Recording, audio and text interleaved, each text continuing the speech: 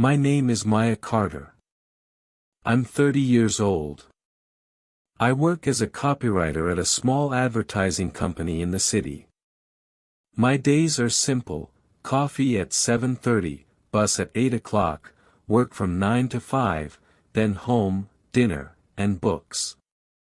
My weekends are quiet, spent mostly with music, movies, or my little balcony garden.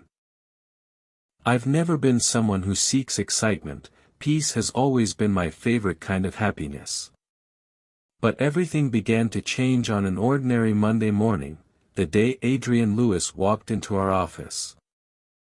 He was the new manager, 38 years old, confident but gentle, with eyes that seemed to notice everything and a voice that could calm any storm.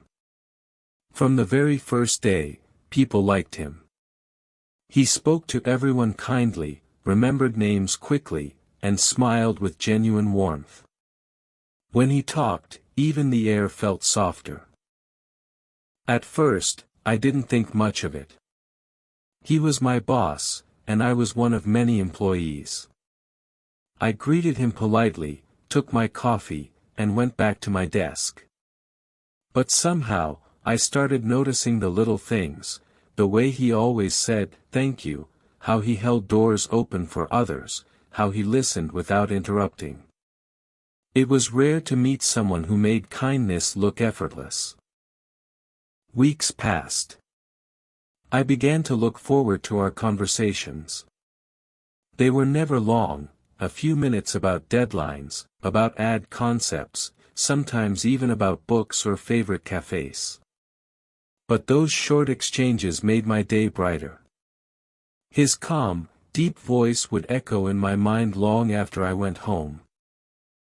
One afternoon, he stopped by my desk. "Maya," he said, his tone soft, "are you okay today? You seem a little quiet." I smiled quickly. "I'm fine, just a bit tired." He nodded. "Don't forget to take a break. You work too hard." It was a simple moment, but my heart didn't stay calm. It beat faster, almost loudly enough for me to hear. That night, I lay in bed staring at the ceiling. Why did that small concern make me so happy? Why did his voice sound so different from everyone else's? I told myself it was just admiration. I respected him, that was all. But deep down, I knew I was lying to myself. Days turned into weeks, and the truth grew harder to hide. I liked him. I liked his laughter, the softness in his eyes, the patience in his words. I liked how he made people feel safe around him, including me. Then, one morning, as he reached for a document on my desk, I noticed it, a simple gold ring on his left hand. My breath caught. My heart sank. How had I missed it all this time? Maybe I had seen it before and chosen not to see. But now I couldn't ignore it. Adrian was married. That one realization shattered everything. The world around me felt heavier. Every smile, every glance, suddenly carried guilt. My feelings, once so innocent, now felt wrong. I told myself again and again, "Forget him, Maya. He's not yours to love." But hearts don't listen to reason. Work became more difficult. I tried to stay focused, to keep my distance, but even a short conversation made my chest tighten. When our hands brushed accidentally while sharing files, my whole body froze. He never crossed any boundaries, never said anything he shouldn't, yet every word, every look, stayed with me long after he walked away. One Saturday, I decided to escape my thoughts. I went to the park with a book, hoping the fresh air would quiet my mind. The sun was warm, and children were laughing nearby. I finally started to feel lighter, until I heard a voice I knew too well. Come on, kids. This way. I turned, and there he was, Adrian, walking hand in hand with a woman and two little children. The boy looked about 7, the girl maybe 5. They were laughing, running ahead, calling out to him. He looked so happy, so whole. The woman, his wife, smiled at him the way I once dreamed I could. I froze where I sat.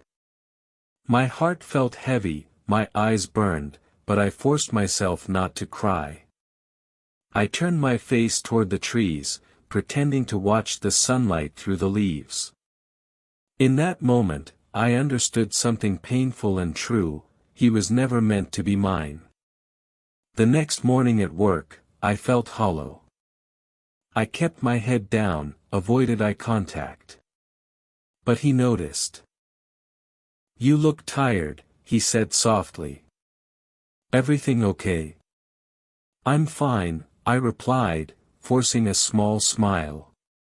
He looked at me for a moment and said, "You're a wonderful person, Maya. You make this place feel peaceful." That one word, wonderful, broke me in the quietest way. A few days later, we stayed late finishing a presentation. The office was empty and still. When I handed him the final report, he smiled faintly. "Maya," he said, almost whispering, "you mean something to me. You make my days lighter." My heart stopped. I looked at him, searching for words. "Adrian," I said softly, "you have a family. And I don't want to be the reason for anyone's pain." He lowered his eyes, nodding slowly. "I know," he said. "You're right." Silence filled the room. It wasn't awkward, it was sad, full of all the things we couldn't say. That night, I cried all the way home, for him, for myself, for the love that had nowhere to go. But time has a way of healing even the deepest wounds. Slowly, I learned to breathe again. To smile again. I realized that love isn't always about holding someone close. Sometimes, it's about letting them go, with peace, with gratitude. Now, when I think of Adrian, I don't feel pain anymore. I feel calm. Because he taught me something beautiful, that even a silent, unspoken love can change a person forever.